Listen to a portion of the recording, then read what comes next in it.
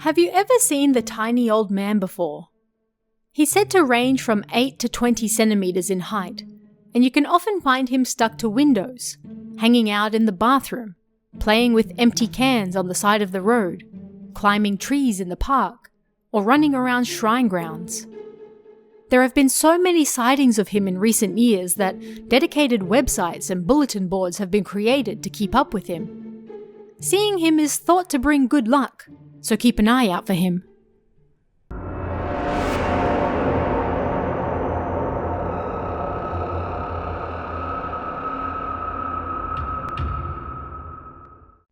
Hello, and welcome to Toshiden, exploring Japanese urban legends.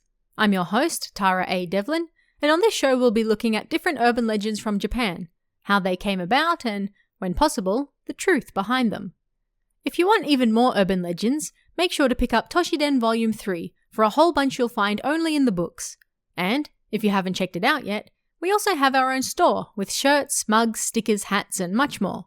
You can find that at kawabana.store. That's kawabana.store. This week we're looking at an interesting and, the more you think about it, both hilarious and creepy urban legend.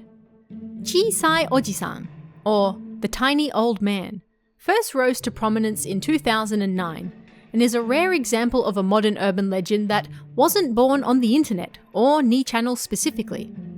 He appeared on the March 15th, 2009 episode of television program Yarisugi Koji, where urban legend specialist Seki Akio spoke of a fairy that follows worshippers around a shrine in the middle of Kanto. This fairy, called the Tiny Old Man, had reportedly been seen numerous times at this particular unnamed shrine.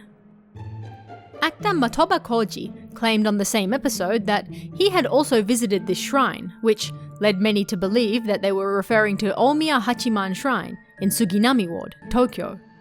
This shrine was the supposed fairy's home, and during the March holidays immediately following the show's broadcast, Omiya Hachiman Shrine reportedly saw a massive uptick in visitors, and, even in the years following, has seen more visitors than normal. All, it seems, thanks to the tiny old man's influence. But what exactly is the Tiny Old Man? The show referred to him as a yosei, which can be translated into English as a type of fairy, sprite, or elf. Interestingly, he's not referred to as a yokai, and he seems to hang around shrines in particular. Little information was given other than this, and so, word of mouth did its thing, and his legend continued to grow and take on new facets over the years.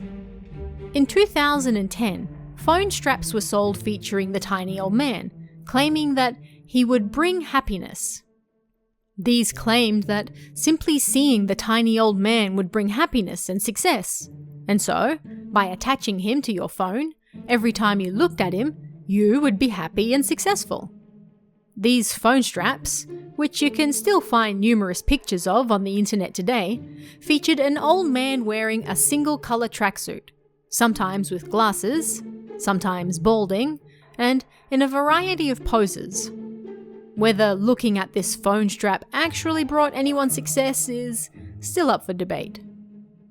In June 2011, Tokyo Sports newspaper published a picture that they claimed was a 15-centimeter old man, captured in Akita Prefecture in 1972. The accompanying text stated, "This photo was taken in Akita Prefecture in 1972 on a nursery school field trip to a shrine. It was recently found whilst looking through a photo album." The photo featured what looked like a tiny man standing behind a young girl's leg. It was, of course, too old and blurry to really make anything out, but Tiny Old Man had once again made the big time. The headline once again referred to him as a yosei, a fairy, so it seemed that definition had stuck. Yamaguchi Bintaro, an occult and folklore specialist, commented on the sighting, claiming that the Tiny Old Man posed no harm to people, but no benefit either. Tell that to the phone straps.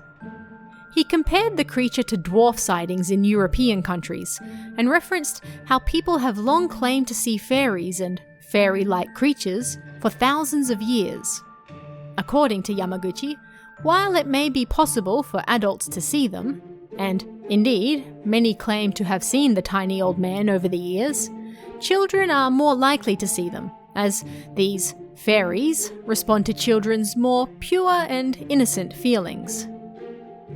This brings up an interesting point, because numerous people claim to have seen the tiny old man over the years, most of them celebrities.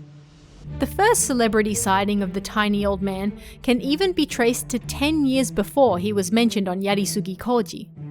Actress Shaku Yumiko mentioned seeing a fairy that looked like a tiny old man on the television program Aura Fountain. This may have been where the story originally came from. I was upset at something, so I was crying in the bathroom.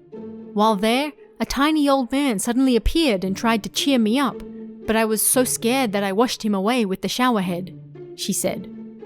Whoops. She also claimed to have another encounter with a kobito, a dwarf or a tiny person, who was wearing pajamas and exercising.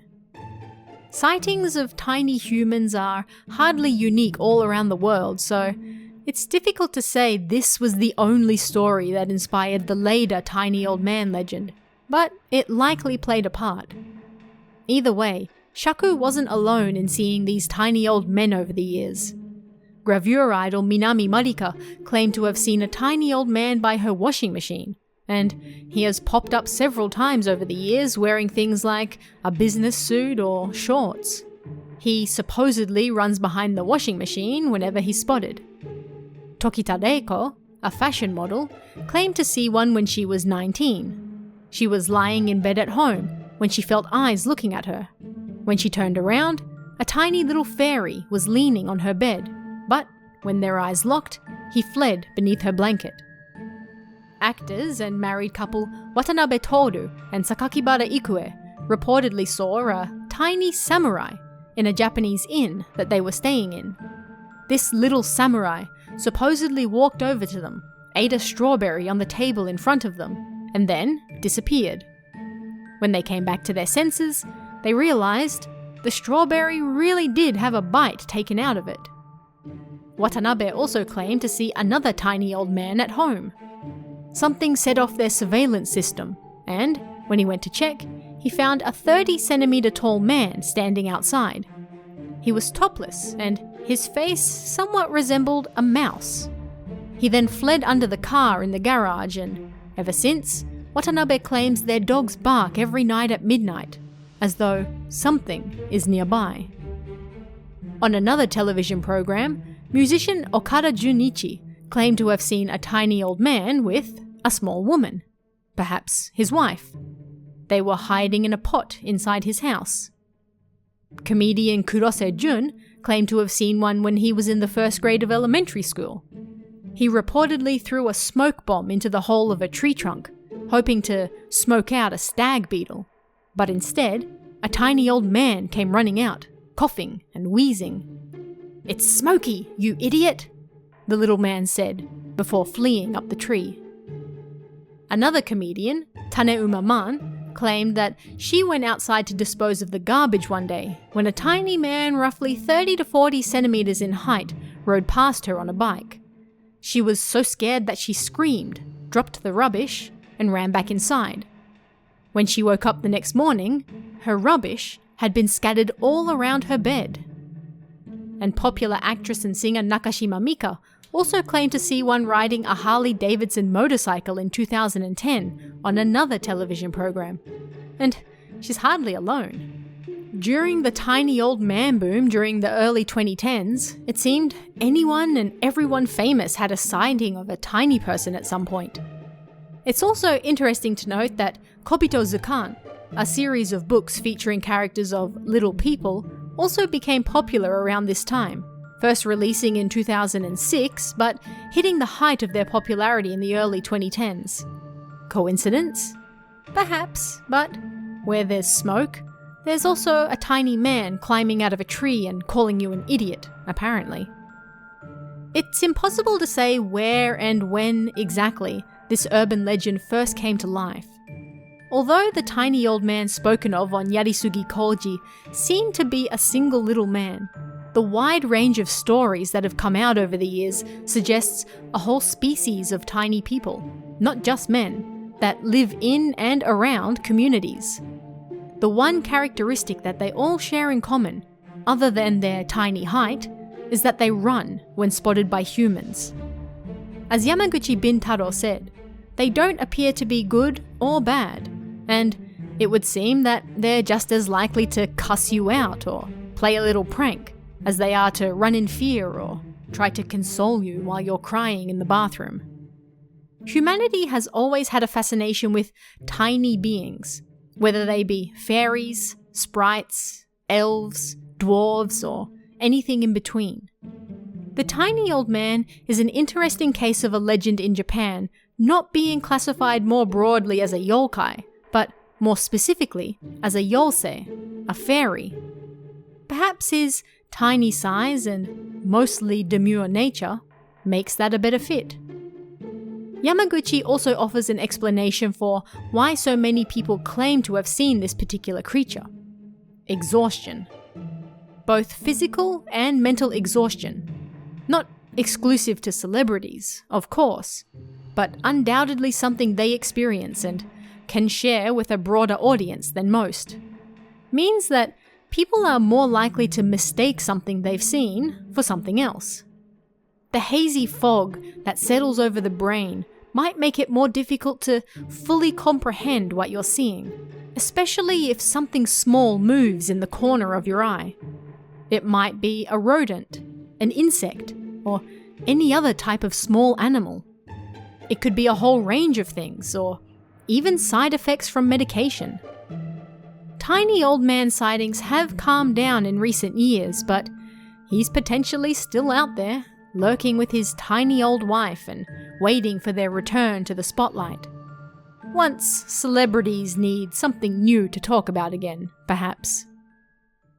And that brings us to the end of this week's episode.